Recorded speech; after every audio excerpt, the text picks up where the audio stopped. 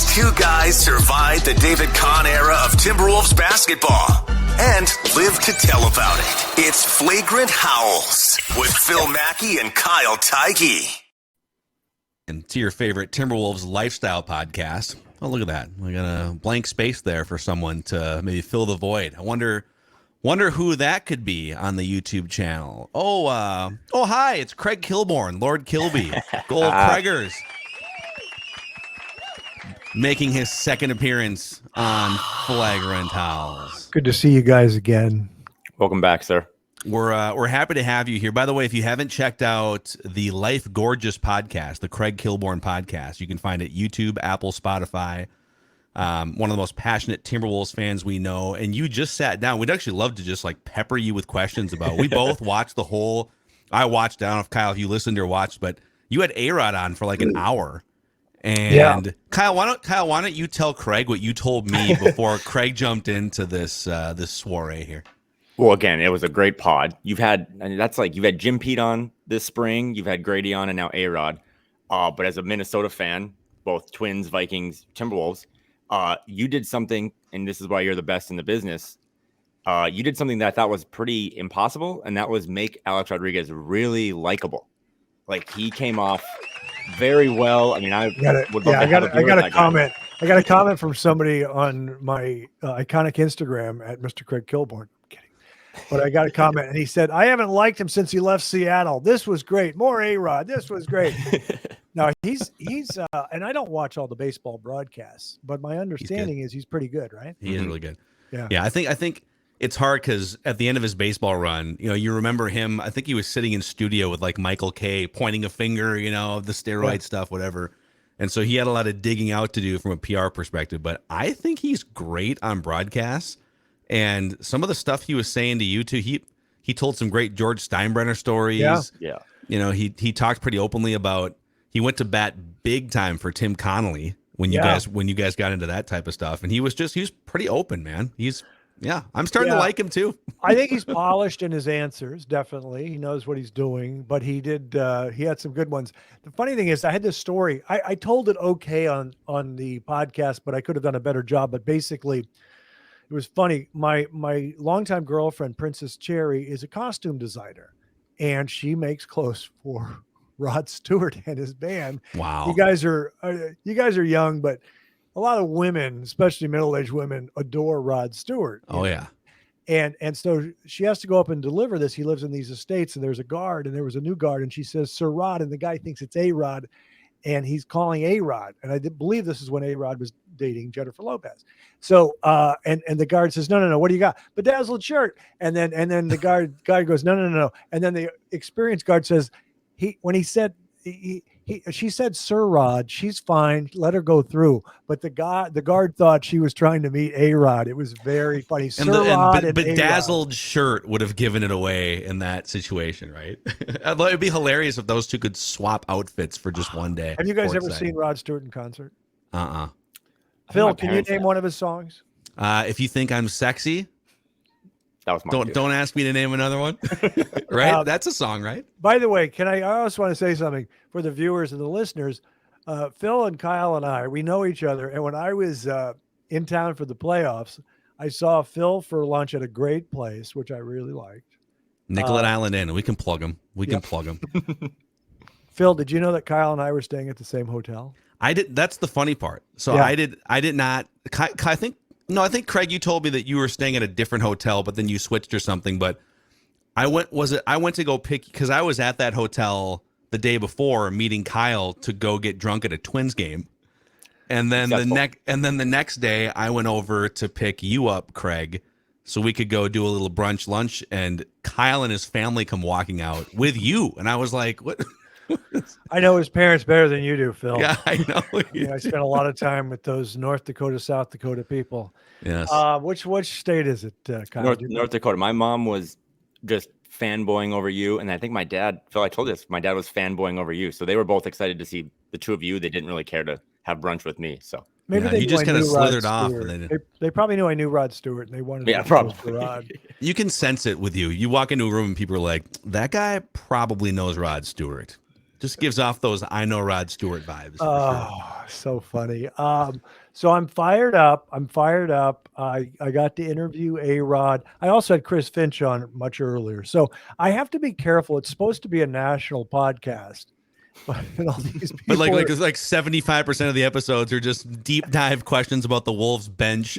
oh, You By got the Ryan. way- You got Ryan Russillo on, and I feel like half of That that was was good, also too. Timberwolves. So we appreciate the Timberwolves content. well, you know what I do with the podcast?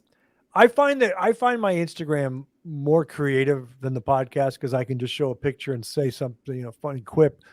But the podcast, I really do. I say I give it, giving back to the fans, but I just do it for myself. I interview my friends. I'm not trying to conquer the world, and I'm certainly not conquering the world. And then I talk a lot of Timberwolves, and I've had people comment, "Can you please not do so much Timberwolves?" Yeah. And I did this, and I said, "Hey, we just made the playoffs. Back off." And but no, I love the Wolves, and I think it's going to be a glorious next 5 years, probably longer. Ant. Yeah. Phil. Ant He just- bought a house. I know he likes us. Anthony Edwards bought a house in Minnesota.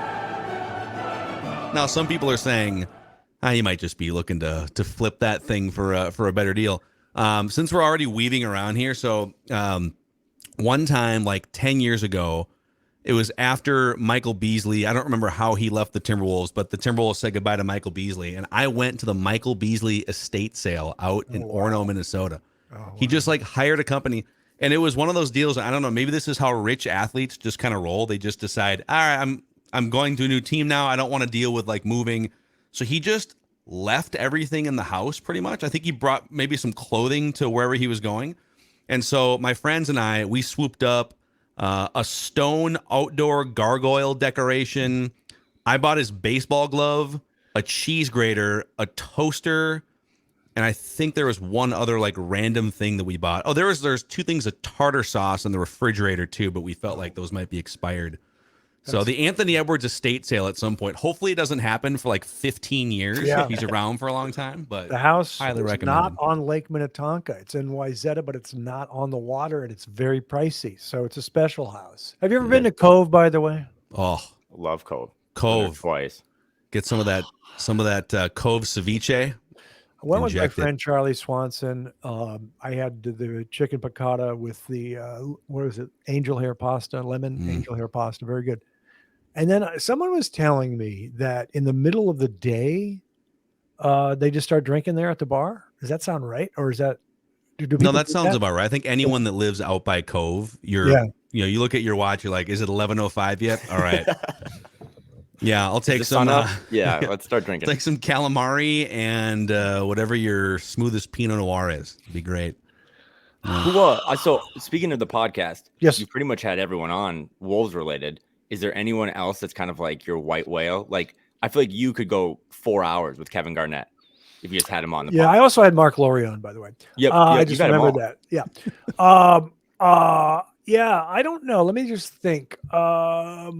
I don't know if there's anybody else because I tend to like coaches and media types more than players. Okay. Although Kyle Anderson would probably be fun to have on, but I haven't attempted to have any of the ball players on yet.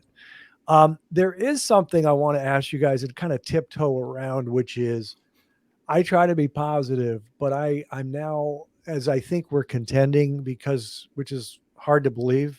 I set the bar low where, oh my God, we have a franchise. Oh, wow. We can make the playoffs.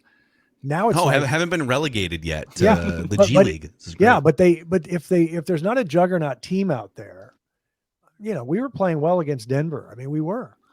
And we didn't have Jaden McDaniels and Kyle in the last game, but I'm now a little short patience with the bench. Okay. Okay. And I need a shooter.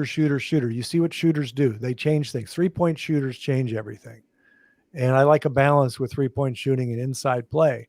But I want to jettison some ball players. I'm not going to say who, because I want to be nice. You guys will probably bring it up because I hear you guys talk. I mean, I literally, I think the algorithm on social media has just sort of figured out who I am. I feel like every time I open up Twitter or Instagram, it's just Karl-Anthony Towns trade ideas being being crowdsourced. Now it's like Blazers fans and now Right. Celtics fans are all mad. So everyone's just putting together trade ideas. But how? So are you? So you're kind of.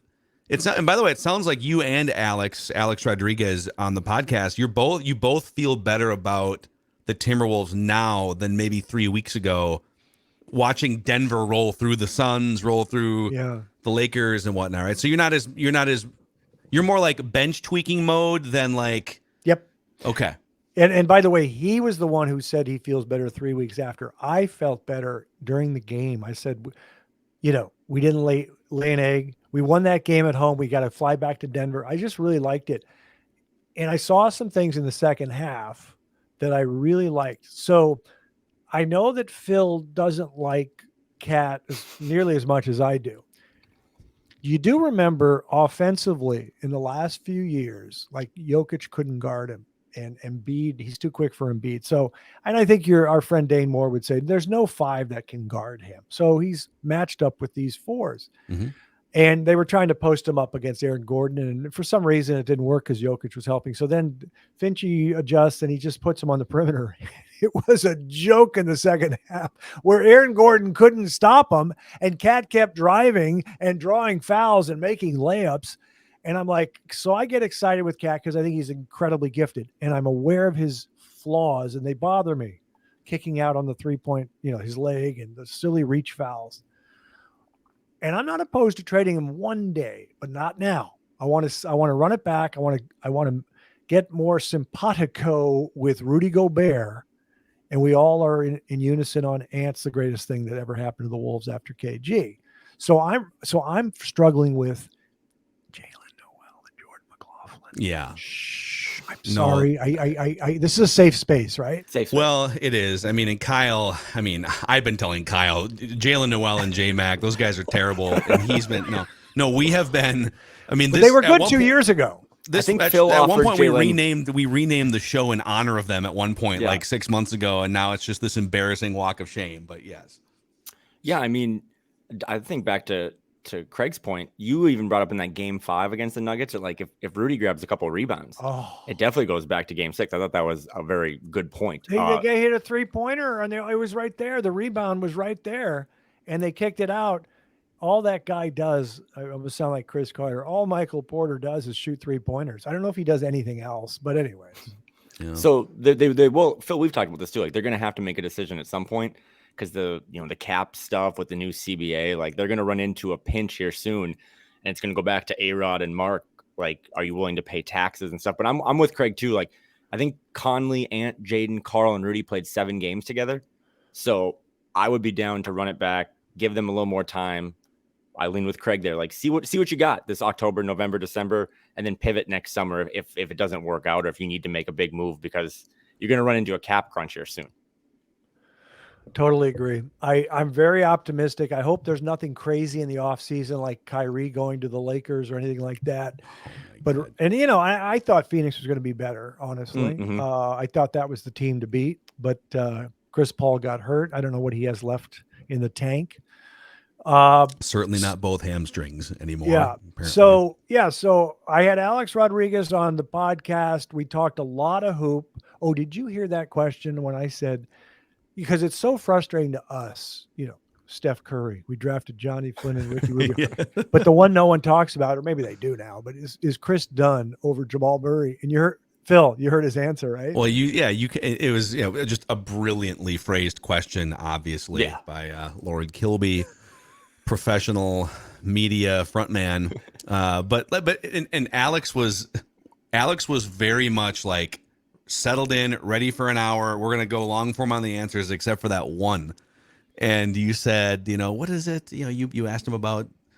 You ever look back and wonder, when you research the team and you find this stuff out, what is your reaction? Because our reaction, of course, is we could have had Jamal Murray, and his was, I wouldn't have bought I wouldn't have been able to buy the Timberwolves if they had I'm hit on those grateful every draft day that didn't happen because I would not have, because the franchise would have been worth so much. Yeah, you can. So I think what was the buying point for them? 1.6 billion or 1.5?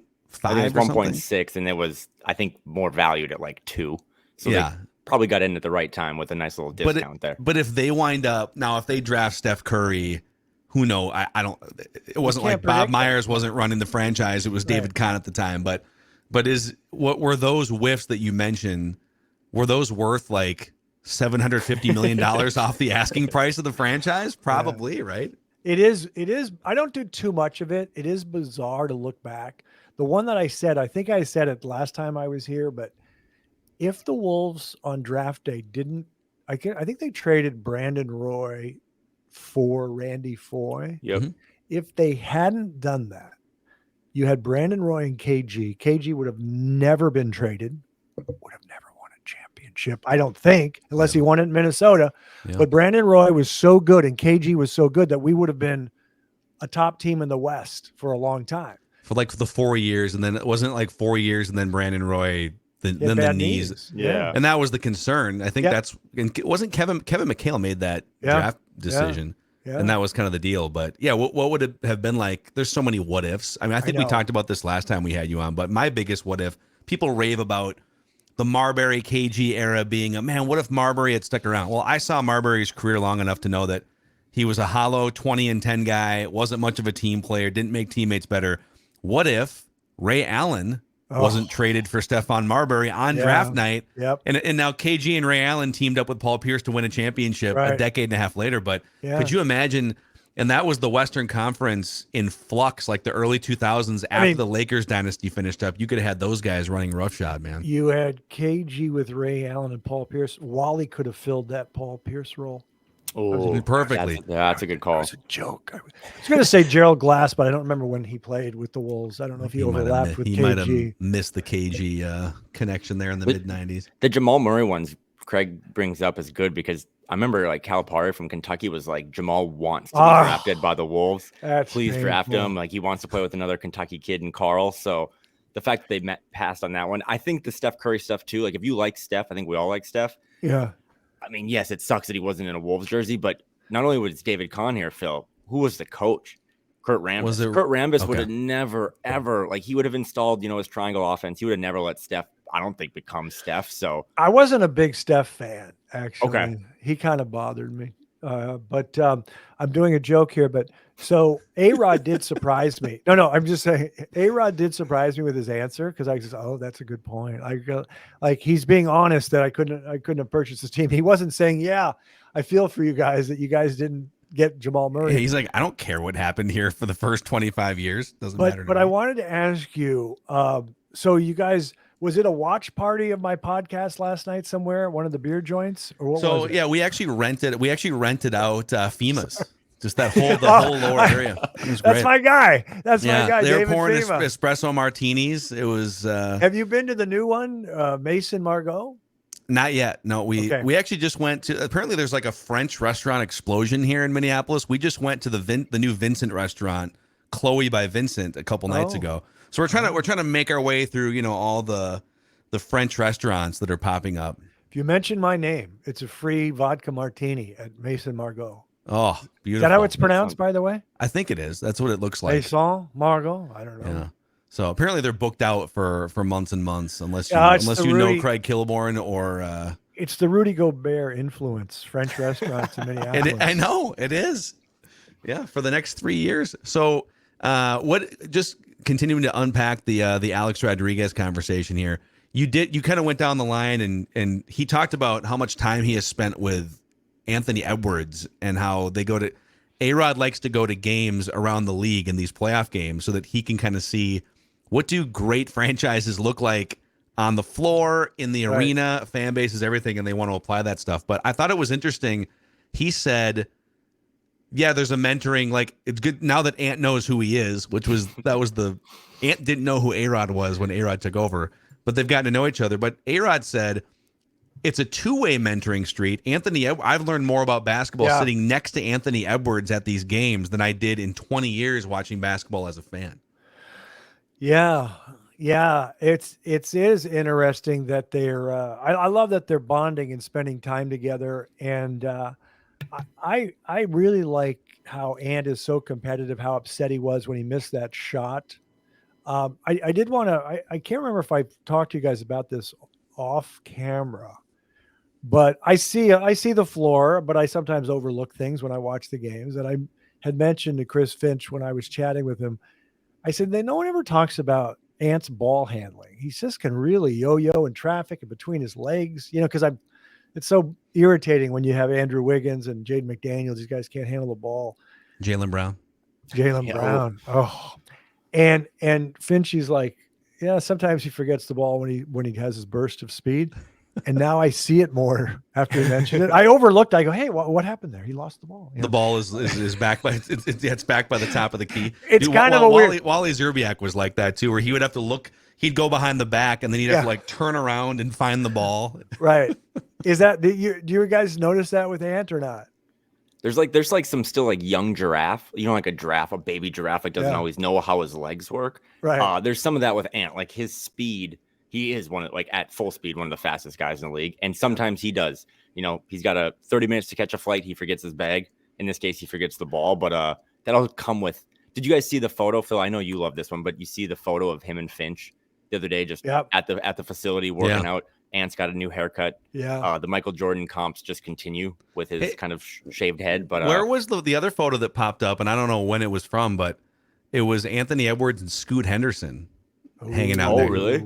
Yeah, and someone sent that to me on Twitter because they know that just to go back to the cat stuff. I'm not pining for a cat trade, but there are reasons. There are reasons to entertain phone calls, and one of them for me would be if you can get a couple star players that align with Anthony Edwards' age range. But there is a photo of him and Scoot Henderson, the likely number 3 pick in the draft, floating out there somewhere. I watched his highlights yesterday. He likes to dunk the ball. Scoot Henderson. He does all the time. He's got to figure out how to shoot. I don't want it to be a situation like, remember Derek Williams? And you'd see all these videos would come out of, wow, look at oh my God, the 720 windmill dunk in practice. And I'm like, can he hit a corner 3 once? Can he hit a free throw or something? So, yeah. And by the way, Ant I've seen him in person. He accelerates. It's a little scary sometimes how fast, because I'm like, if he doesn't weave his way properly, he's going to clobber somebody when he drives, and both guys are going to get hurt. I mean, he really accelerates to the rim. Yeah. No, he's a freight train. Yes. Yeah. The scary thing is too, is like the Ja Morant stuff. I mean, Craig, I don't know how many charges you took back in college, but when guys slide under these super athletic guys, I know. I'm always the rim. Yeah, I'm always nervous that like when Ja falls or Ant falls, these guys, that's how you break a hip. That's how you man, it's kind of how Nas got hurt, right? When he was trying to dunk on someone earlier. So speaking of Ja Morant, I wanted to say something. You going to hold up your gun here for us? No, I was concerned that it would happen to us first with Luka Garza. The guy. Oh, guarantee that guy's packing, right? That weirdo from Iowa. He just got cleared to play for Bosnia. I saw like the Olympic stuff. Don't you think it's better? I think so, yeah. It's better to do those jokes here. I didn't want to do that with. By the way, A-Rod, when Ja Morant waved the gun, I was concerned it was going to be Luka Garza. I think you should mix stuff like that in with A-Rod. I really think, and just even Finchy, just to see what they're made of. I don't know. I can be irresponsible here. I can't do it. Phil, we gotta ask Craig too. Like, now that the season's done, what would you say your grade was for Chris Finch in this past season? And are you still pro Chris Finch moving forward as the head coach of this team? Yeah, I'm big. I love Finchy. I know him personally. I'm pro Chris Finch. The only thing is, and by the way, they always say he's an offensive guru. I thought our team defense was tremendous. Now, a lot of that has to do with individual players like Ant and Jaden McDaniels, Rudy. But I'm pro Finch. The only thing I would say, which has been said, is sometimes, especially in the playoffs, you have to call a few more plays in the fourth. You have to run a few more plays because of the defense. But big Finch fan. He's great. We're lucky to have him. Yeah, there was I think there was a minute there where it felt like with Gobert punching Kyle Anderson, and then it felt like the wheels were coming off a little at the end of the year. But this team clearly, the fact that Anthony Edwards seems to love him, and I think if you go back before the Gobert trade, I mean, he coached up, I believe 2 years ago, they had statistically the highest scoring offense in the NBA.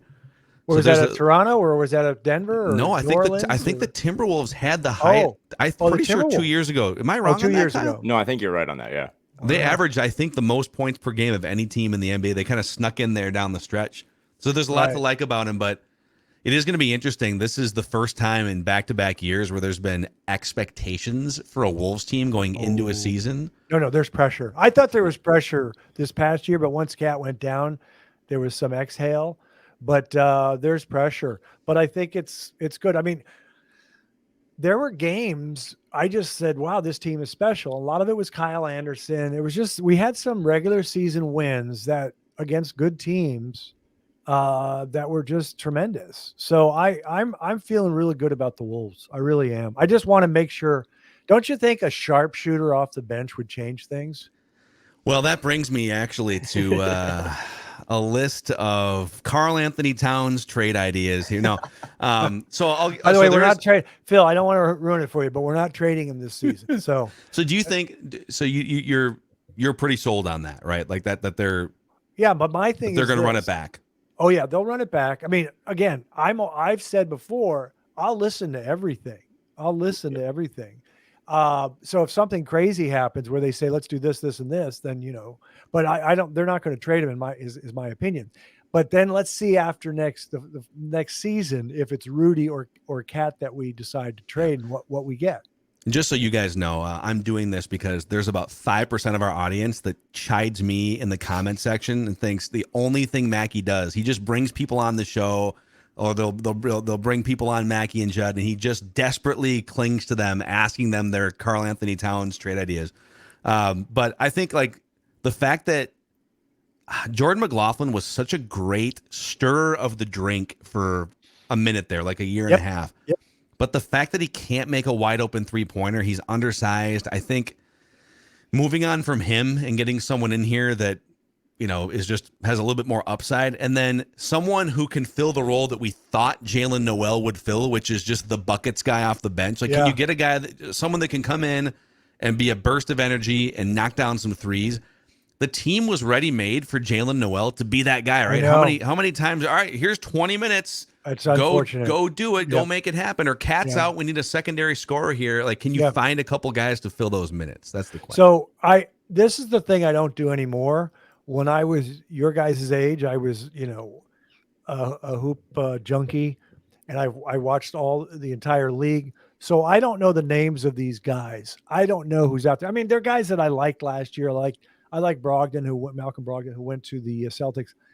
So DiVincenzo for the Warriors, we can't afford him, correct? Let's check his contract. Well, I think he's a free agent. He's obviously played for the Warriors last year, but his market could be kind of weird. And it all come back to how much they end up paying Ant. We think it'll be a max this summer, but then how much do you maybe pay Jaden? Do you pay Jaden this summer? And then, which we haven't really talked about, and I've always wanted your opinion, like, do you want to bring back Naz Reid and then kind of figure it out later? Because if you let Naz go, maybe you have a little more flexibility. Right. Do you want me to answer the Naz thing? Yeah, I mean, are you pro Naz? I feel like you're pro Naz. I like Naz. I think it's cool he was undrafted and he's so good. I like when he does his Statue of Liberty dunks a la Dr. J.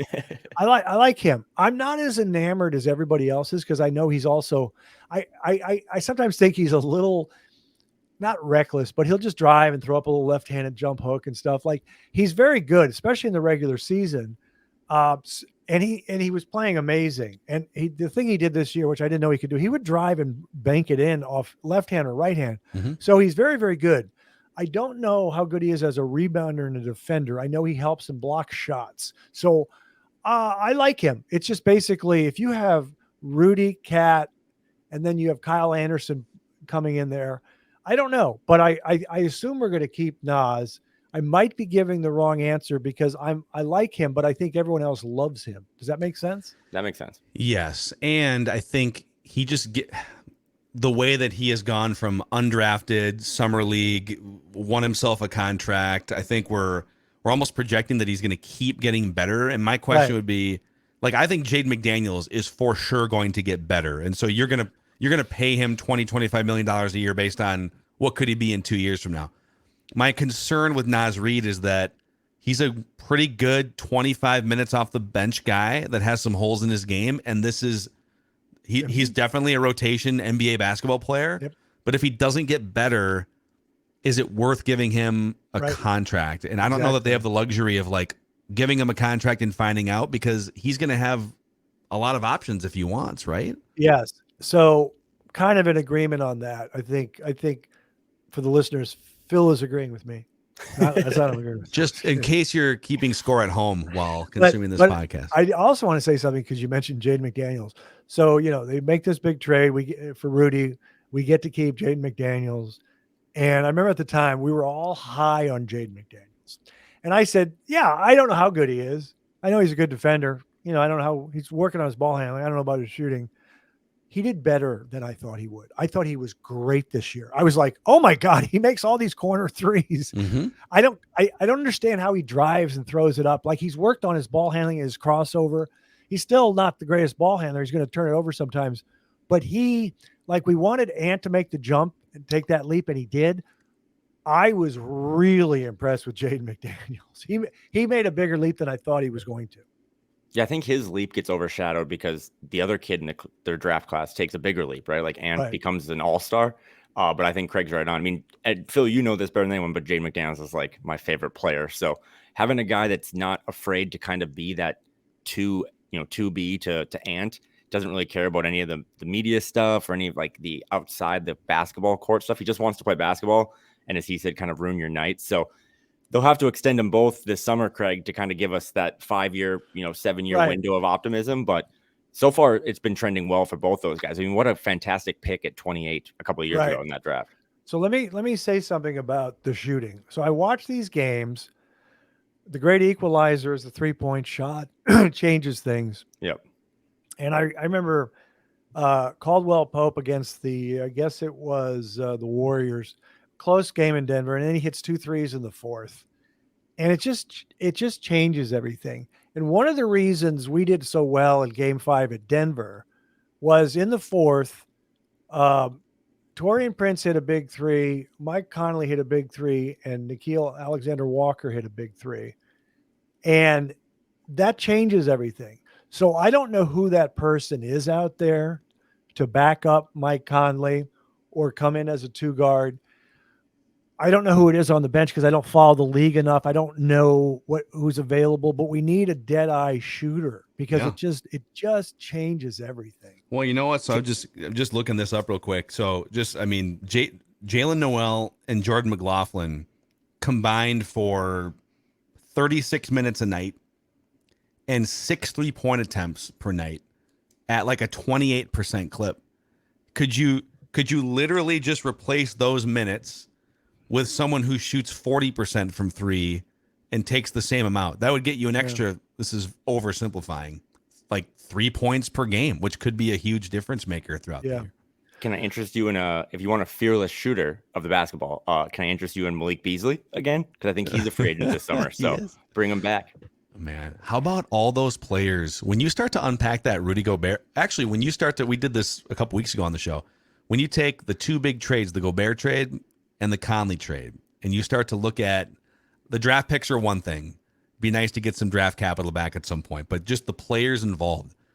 Pat Beverly, 35 years old, career low 3-point percentage, career low player efficiency rating. Malik Beasley played off the court in the playoffs. I believe Jared Vanderbilt did not play a minute in the decisive game at the end. And then we all saw, I mean, for the money that D'Lo makes, maybe this is hyperbole, man, but like for the money, that guy was a max contract player averaging 6 points a game in a playoff series. One of the most disastrous playoff. I was doing this one. I said this to myself jokingly during the last game. He will never play another NBA game. He's going straight to Europe. It's not. I'm kidding. China somewhere. I'm kidding.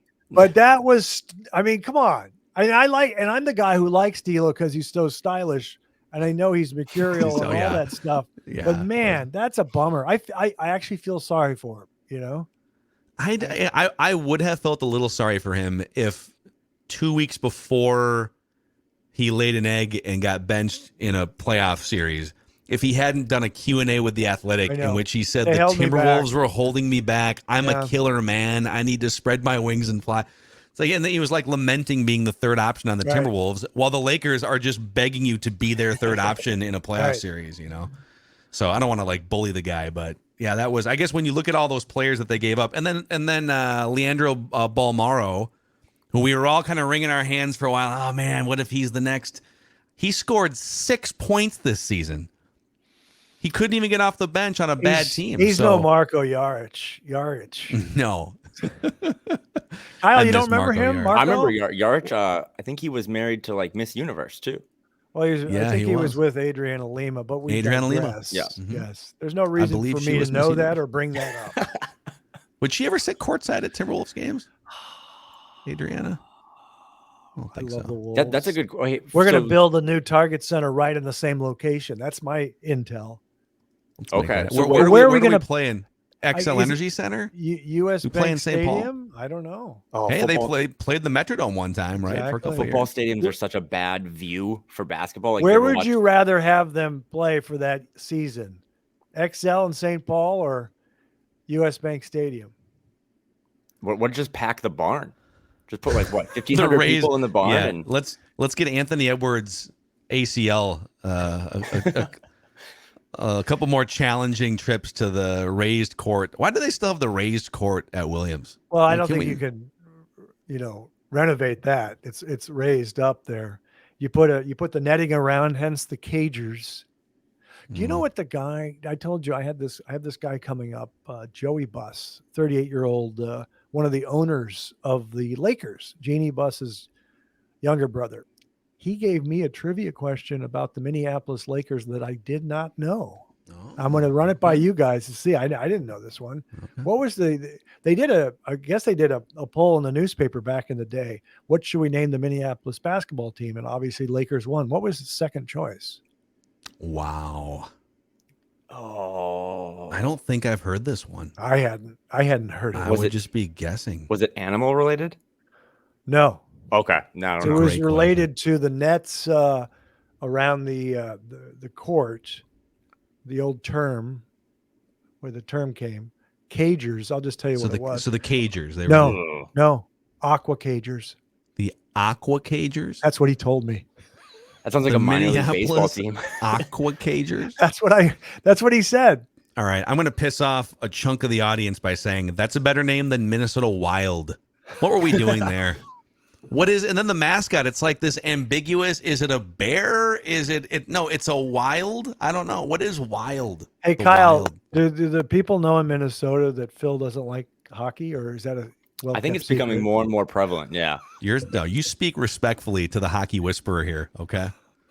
The aqua cagers is, I still have regret. I mean, the Minnesota Lakers, Minneapolis Lakers was such a perfect like sports team. I always think like if the Jazz could just trade their nickname to like the Pelicans, like the New Orleans Jazz make way too much sense. The Minneapolis Lakers make way too much sense, but the aqua cagers would have been a nightmare. So years ago, I may have told this. I repeat my stories, but it's okay. I don't know if I told you guys or what, but I when I was working in the CBA, the Continental Basketball Association, Savannah Spirits, I was the radio play-by-play man back in the late 80s when Phil Jackson was with the Albany Patroons. Wow. I went to an Atlanta Hawks game, and they were playing the Bulls, and there was Johnny Redker, the color analyst legendary. for the Bulls. And I went up to him during the pregame before he was on the air, and I said, hi, I do play-by-play, and the Timberwolves had just come in the league. And I said, they just named the team. I said, I don't like that. Timberwolves. Because I liked kind of, two syllables or one syllable. And he said, I didn't like Trailblazers or Supersonics when they came into the league, but it grows on you. So maybe Timberwolves will grow on you. So now I guess I just kind of accept it. I don't know. What do you guys think? Has it grown on you? I mean, I guess I just accept it. Timberwolves. It doesn't seem to make a ton of sense. I guess there are wolves in northern Minnesota. Is there such thing as a timber wolf, or did we just blend like trees and an animal together to make a new word? Right. So then, since we're doing this, let's just say what our favorite NBA nicknames are. So I love Lakers, Minneapolis Lakers. 76ers, that's okay. I'm trying to think. Warriors, generally speaking, I think you got to avoid, you got to be really careful with like the word that's plural that doesn't end in an S. So you got to be careful, but I love Heat. Okay. Miami Heat it's a great brand. Right. It fits the weather in Miami, right? It's cool. Everything about them. And maybe it's cool too because Dwayne Wade and Pat Riley and whatever. Well, I'm stickler for this, but I say the Heat are like the Lakers are going to win. I don't say the The Heat, Heat is winning. going to win. The Heat, I don't the say Heat, is. the Heat is on. It's plural. The Heat are I say, on. Yeah. The Heat are on. The Heat is on TV. Yeah. But I do like, Kyle mentioned the Jazz. That's one of the greatest names. New Yep. Orleans, it fits in New Orleans, Utah, whatever. But I guess Houston Rockets are okay. Spurs, that's kind of cool. The Suns, man. It's very simple. Suns That's is a good good. one. Magic's Phoenix good gets too. more Sundays. This is too obvious. Way too obvious. But years ago when they were doing the Timberwolves, I said the Minnesota Winter. That's wow. That was That's my not bad. that was my idea. Miami Heat, Minnesota Winter, the Minnesota Yeah. Snow, the The Minnesota winter would be cool. You could always say like a storm is coming when the Wolves or the winter enter your is arena. coming. Here comes Magic the are good too. defense. Yeah, you're gonna be ice cold. You can't score on the winter. Oh, you could even you could have the court could have icicle sort of graphics hanging off the 3-point line and stuff. Hey, do you guys want me to bother, A-Rod and Mark Laurie and just get a name change? I mean, I think can it's do worth that. now that you have such a great vibe with Yeah. Alex. Now that you the guys, Minnesota Winter. What would be the best name though? Do you guys have other names that you've talked about? the in Wild. past? I think the Wild. They had. I want to say it was going to be the Minnesota Freeze. I think Freeze was Okay. on the table as a finalist for Okay. the Minnesota. Isn't that a Wild. drink at a Slurpee Freeze or a Dairy Queen? It or- might be trademarked. Yeah. Okay. You got to be careful on the trademarks too, because the Washington Commanders just went. Was it their second season as the Commanders and all the branding and merch? Yeah. And they just lost another court battle for the trademark of. Wouldn't that be one of the first things you investigate? All right, Right. This is a $4 billion franchise, and we're gonna rebrand it. Is this name taken by someone that Right. could sue us? I don't know. By the way, I don't follow hockey. What's the name? I just found out a month ago. There's a team in Seattle. What's their name? Oh, Kraken. That's my team. That's the That's Kraken. 'Cause Kyle then- and I, Kraken's my secondary team. It's Kyle's primary team, actually. Yeah, you can say what's Kraken if you're trying to get into the fan base. I think they're referred to as crackheads. The fans are Right. crackheads. That's- Yeah. So I that's a think- fun little brand. Okay, I'm going to give you two. I think there was a team in the ABA. Do you guys remember the ABA, Red, White, and Blue Ball? Yeah. I don't know Yep. how young you guys are. Yep. Well, I mean, we didn't watch ABA games, but yeah, Nobody did. But They didn't have a YouTube Daily is helpful Pass. for that. Yeah, The San Diego Conquistadors. the Conquerors, right? Conquistadors. Is that what it is? Conquerors? Yeah. I think it's a Conqueror. I'll give you one college one. This is my favorite college name. Do you guys know this is where Robert Parrish went to college, down in Shreveport? Do you know where he went to college? Centenary. You know what their nickname is? Centenary. The Gentleman. The Centenary Gentlemen. They wore suits while instead of warm-up uniforms, they had suits and ties on in the layup line. How do you, if you don't like 3-syllable word like team names, which I'm with you, do you like when people refer to them as the T Wolves then? Because they don't do that with the Blazers. They don't call them the T Blazers. So do you I like like T Wolves.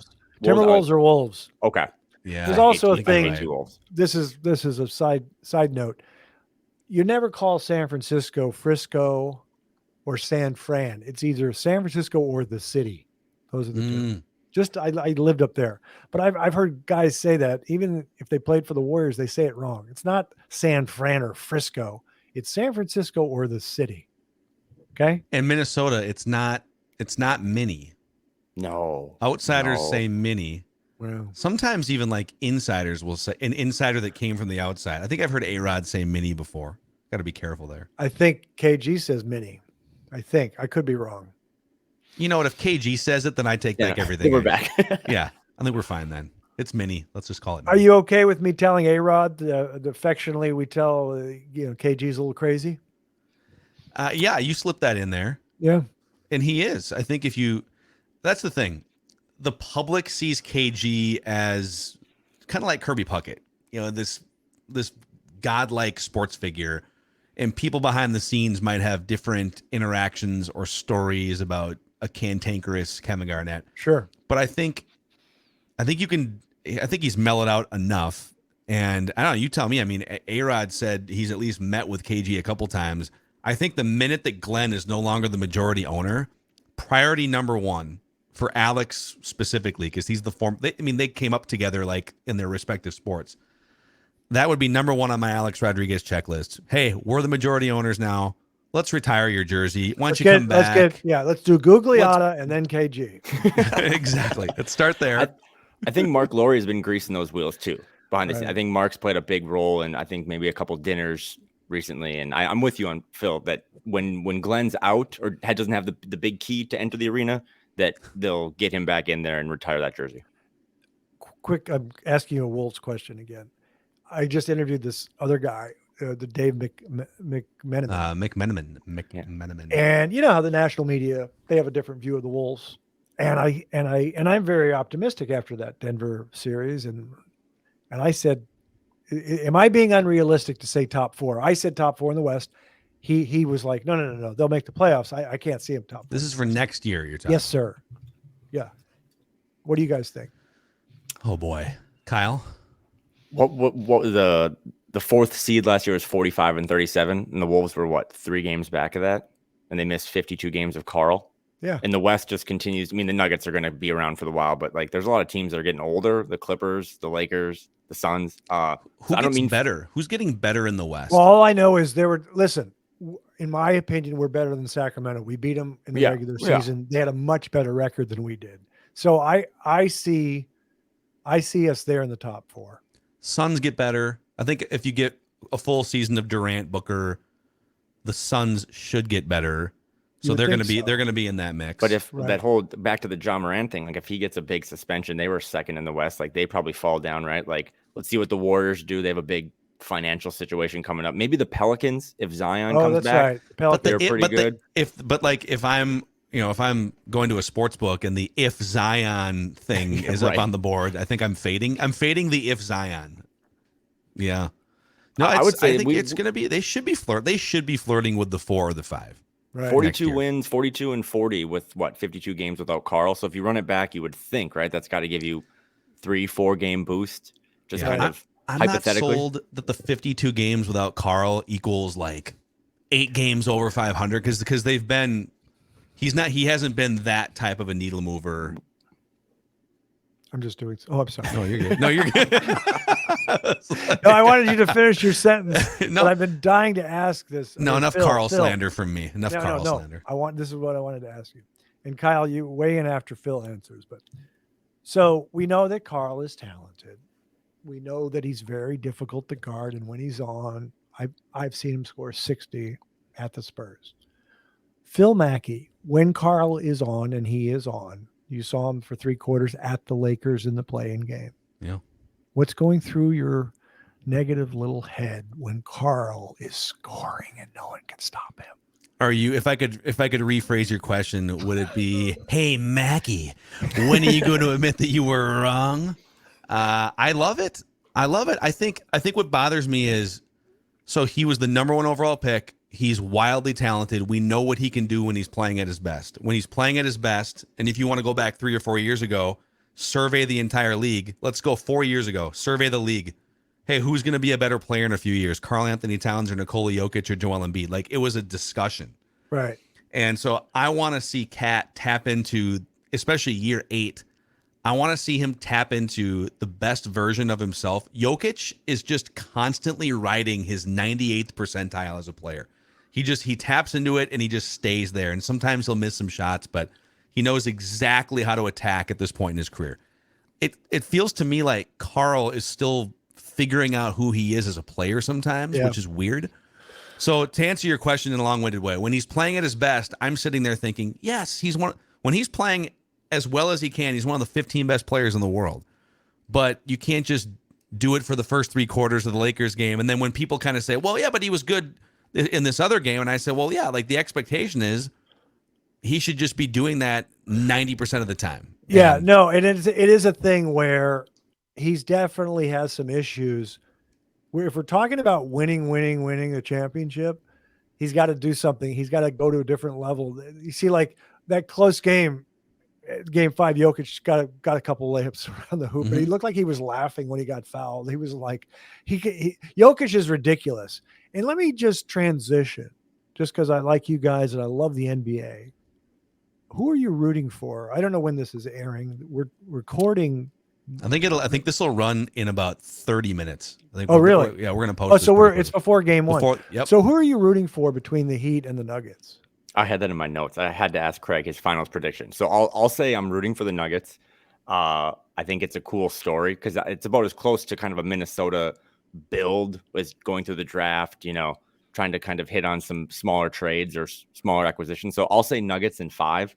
But also Phil and I have been pretty down on the Nuggets. I think I referred to them as Purdue of the Western Conference. So that was a slight miss by me. Fake 1 seed at one point. Yeah, that was tough. We'll scrap those from the internet. But I say Nuggets in 5. I like cheering for them. Nothing against Jimmy Butler, who's been awesome. I just I kind of ride with how the Nuggets built that team. I think the Nuggets win in 6. I am hardcore rooting for the Heat. I love Eric Spoelstra. I have full on come around now after all the slanderous things I probably said about. I hate the way Jimmy Butler went about his exit. I empathize and understand with what he wanted. He wanted a certain. Well, he wanted Heat culture. He just wanted a bunch of dudes that would ride or die. The other day, a reporter asked Eric Spoelstra, for instance, about the altitude, and you're going to play these games in Denver, and Eric Spoelstra. Most coaches, I think Finch included, would it's going to be a thing, but we have to get used to it. And Eric Spoelstra says, you can tip off on the top of Mount Everest and we'll be there. We do. It's just we don't give a bleep as an organization, and we're going to take you out. And so I just kind of love that. I want the Wolves to have something closer to Heat culture. Dude, 20 years ago, we've gone from loading up the clips and the joints with the silencers and KG, right? And now I don't know what Wolves. The only way you get that kind of culture with the Timberwolves is if they hire me, and I'm not moving. Clearly, I'm not moving. But I'm picking the Nuggets. I did just say on a podcast I'm taking the Nuggets in 6, although they could win in 5. I do have a lot of respect for Miami. I love Spoelstra as well. I have a friend. I have people inside the Heat organization. I know a source who says everyone thinks Jimmy's a jerk. This was early in the year. He is a jerk. Yeah. You know the story. Thrown out as a 13-year-old by his mom. I don't like the way you look. He's got issues. Hell of a player. Love watching him play. It was a contract situation in Minnesota also. He wanted Tibbs to redo his deal because he wanted to make more than Wiggins and Cat. And same thing happened in Philly. They wanted Tobias Harris. They chose him over Jimmy. They had Simmons on the team at the time too, right? Yep. I think. God, is that crazy? But no, the Heat is a great story. I was rooting for them against the Celtics because I do like these 3 shooters around Bam and Jimmy. Just firing away, and I love their team defense. I think it's going to be a great series. I mean, nothing would surprise you, right? Right. With you can't the at this Miami point. Heat. Yeah, you can't. It's smarter people than me are saying it's a much worse matchup for them than some of the other teams they've beat so far, like the Bucks and the Celtics. But because you can't really play the same zone that Al Horford was in the middle of, if you replace Horford with Nikola Jokic and have all these guys on. But Eric Spoelstra, if you get playoff Jimmy about 4 or 5 times in the series, right? You never know. Give us Kilby. Give us like 1 or 2 minutes of final wisdom here. Final Wolves wisdom or life wisdom. I'll empty your bag here. I was just going to do a joke that Kevin Love is going to have one hell of a game in this series. I don't know if he gets in the game. It's funny. He's been to the playoffs 5 times in his career. Yeah. Also played in the finals 5 times. Every time he goes to the playoffs, he goes to the finals. And isn't Tyler Hero expected in game 3? Is that the rumor? It could be interesting. That might be better for the Nuggets, but we'll see. Oh, it could be. I wish I could pronounce Kyle Theige. I like Theige. That was good. You did a good job there. That was pretty close. There's a guy named Matt Taibbi. You know that writer Matt Taibbi, or you never heard of him? No, not gonna work here anymore. Yeah. He does. He writes political stuff. So remember, young people, I always say drink in moderation. I have friends that don't drink anymore. I respect them and admire them. Don't abuse the alcohol. Red wine is safe. I drink vodka. Is this the wisdom you wanted, Phil? This is exactly the wisdom right here. I'm taking copious notes myself. I no longer have 2 martinis in one night. I have 1 martini a week. By the way, can I tell you something funny? Since I have these writer friends, Goldie and Gibby. They've both been on my podcast, and Goldie writes for Family Guy. And we go to this restaurant in Santa Monica called Vito. It's an Italian restaurant. And so we drive, Goldie and I have to drive there. Gibby lives out there. But we're going to go next week. And Gibby says, hey, Goldie and I are going to meet earlier and play 9 holes at this golf course in Santa Monica. Do you want to play? No, and you can have a martini afterwards at the outdoor cafe, 19th hole, I actually said yes. I'm not a good golfer. I quit. So I haven't played golf in 25 years. What? Yeah. And you're going to go for it. Yeah, because it's my buddies, and I'm going to do this thing called a half backswing where I don't hurt my back, kind of a compact swing. John Rahm does that. I think you're good. I saw a guy who I interviewed named Bobby Bones. He's big in the country. He's the country morning show guy. Yeah. And I interviewed him, but he played Pebble. And he said, Craig, he had a compact swing, and it's like just a little chip almost like off the tee. So I'm going to try to play. It's going to be embarrassing, but I'm with my buddies and I don't care. You should do it. So we, about 6 years ago, I want to say, my co-host Judd Zulgad mentioned the same thing. He said, I haven't golfed in 20 years. And we were going to do a live broadcast at a golf course and get out and stuff. And he was like, I'll just ride in the cart. And we said, or we can involve the listeners here and help set a line for this thing. What if we played, there's a 165-yard par 3 from the Whites. If we didn't let Judd, hasn't swung a club in 20 years, right, and he doesn't get a warm-up swing, we just put a 7-iron in his hand, over or under 8.5 strokes to get the ball from the tee box into the hole. And the majority of the audience said over. Like I'll take under. You said a par 3? He triple bogey. He had a 6. We set the line at 8.5.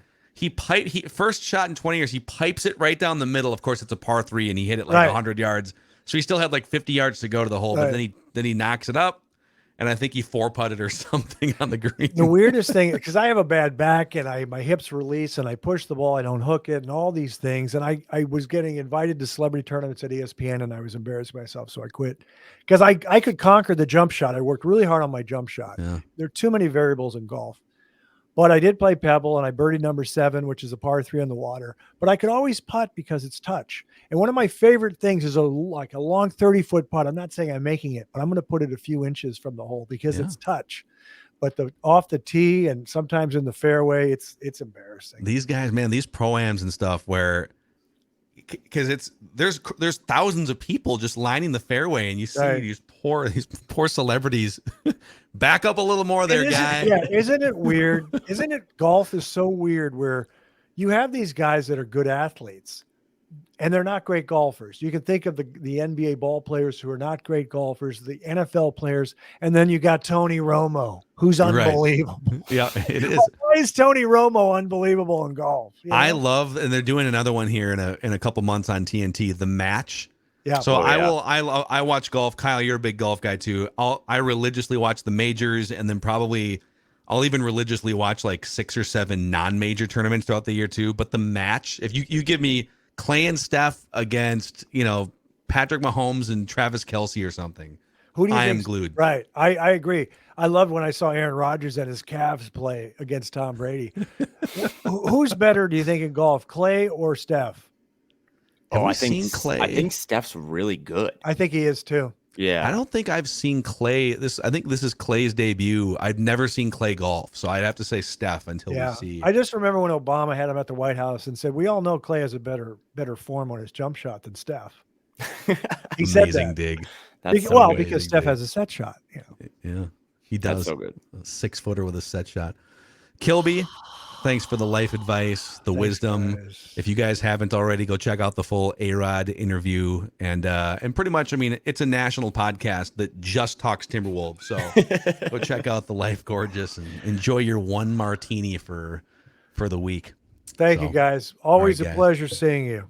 Proud of you. This is a Timberwolves lifestyle podcast. Flagrant Howls.